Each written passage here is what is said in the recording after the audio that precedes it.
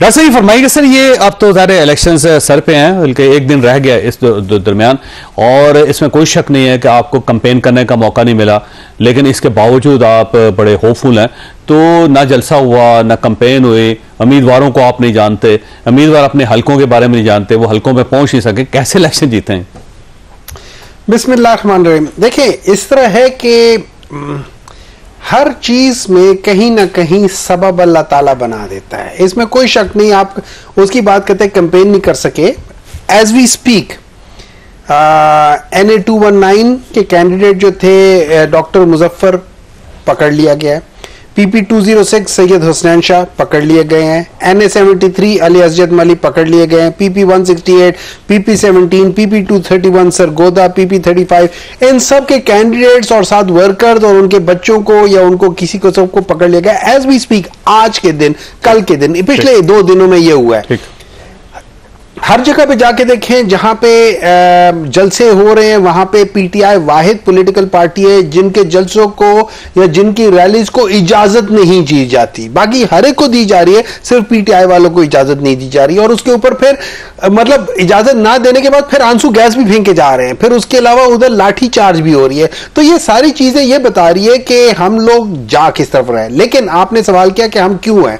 देखिए, इस तरह है कि इमरान खान ने को उम्मीद इतनी है इस कौम से, अब उस बंदे की उम्मीद को देखे ना, या उसके यकीन को अगर उम्मीद पूरी नहीं होती तो फिर कौम के खिलाफ होंगे। देखिए, इसे मैं ये समझता हूं जितना यकीन उनको है ये कौम निकलेगी बाहर, ये कौम परसों निकलेगी आज तक। और ये याद रखें, आज तक, आज रात तक या कल सुबह तक, इससे पहले कि जब ये सारे इंटरनेट वगैरह बंद हो जाए, ये हर एक शख्स, खासतौर पे यंगस्टर्स और सारे इन लोगों ने अपने इलाके के लोगों को आइडेंटिफाई कर लिया होगा।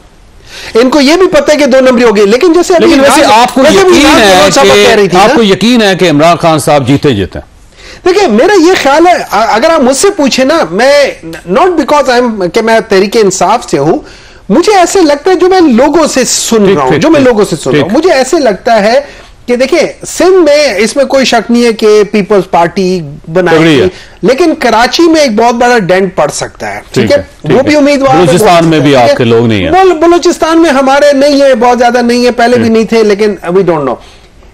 KP हमारे पास है इंशाल्लाह ताला, ठीक, उसमें आजाद लोगों की आजाद गवर्नमेंट होगी। ठीक है, अब आ जाती है बात, पहली गवर्नमेंट होगी जो आजाद होगी, वहां पे किसी पॉलिटिकल पार्टी के साथ ताल्लुक नहीं होगा, किसी पॉलिटिकल पार्टी के साथ ताल्लुक होगा, लेकिन अभी वो अनरजिस्टर्ड टाइप की गाड़ी होगी। ठीक है ना। तो आप एक ऐसी गवर्नमेंट बना रहे हैं जिसके पीछे पार्टी का कोई झंडा नहीं होगा, जिसके पास पार्टी का सिंबल नहीं है, झंडा है, सिंबल नहीं। ठीक है, अब बात आ जाती है पंजाब की। अच्छा, जो फेडरल है उसमें बड़ा इंटरेस्टिंग हुआ है। मेरा यह ख्याल है कि फेडरल में किसी के पास मेजॉरिटी नहीं होगी, लेकिन जो करीब तरीन होंगे वो आजाद लोग होंगे।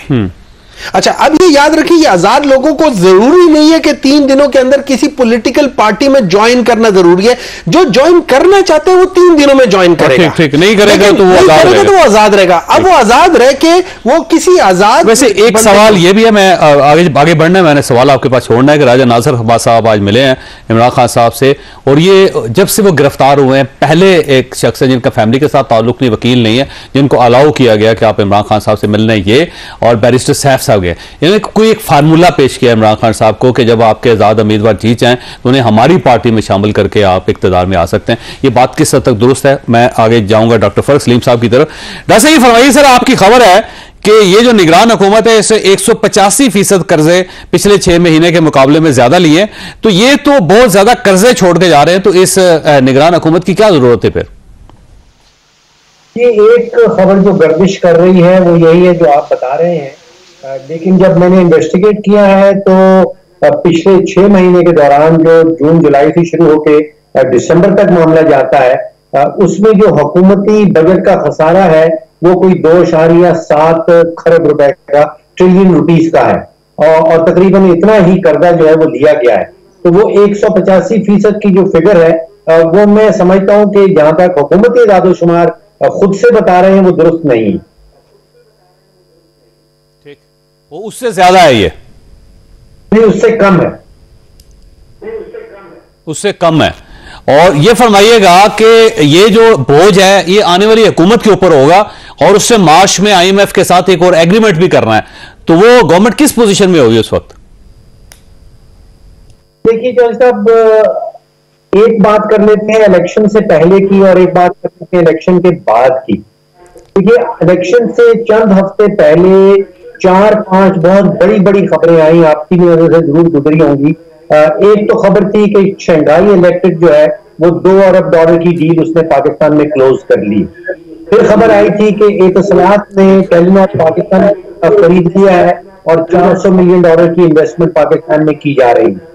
फिर खबर आई कि वाफी एनर्जी सऊदी कंपनी है वो $150 मिलियन की सरमायाकारी कर रही है। फिर खबर आई कि रैमको दुनिया की सबसे बड़ी तेल की कंपनी है वो $100 मिलियन पाकिस्तान में इन्वेस्ट कर रही है। इलेक्शन के बाद उसकी आप बात कर रहे हैं। देखिए इसमें कोई शक नहीं कि इलेक्शन के फौरन बाद जो स्टैंड बाय एग्रीमेंट है वो खत्म हो जाएगा और हमें बहुत बड़ा एक आईएमएफ का नया पैकेज चाहिए होगा। कोई भी हुकूमत जो है वो आईएमएफ के पैकेज के बगैर मेरी नजर में नहीं चल पाएगी। अगले 3 सालों में कोई $80 अरब डॉलर के हवाले से हमने पेमेंट करनी है और वो आईएमएफ के अलावा जो मामला है वो नहीं चलेगा। अब सवाल ये पैदा होता है, या 2 या 3 बड़े सवाल चाहिए जो मेरे जहन में आते हैं। वो एक तो ये है कि जो नई हुकूमत मुंतखब होके आएगी क्या वो सियासत को तरजीह देगी या मईशत को तरजीह देगी?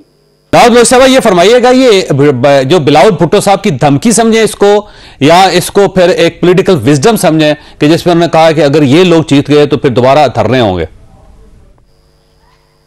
बिस्मिल्लाहिर्रहमानिर्रहीम।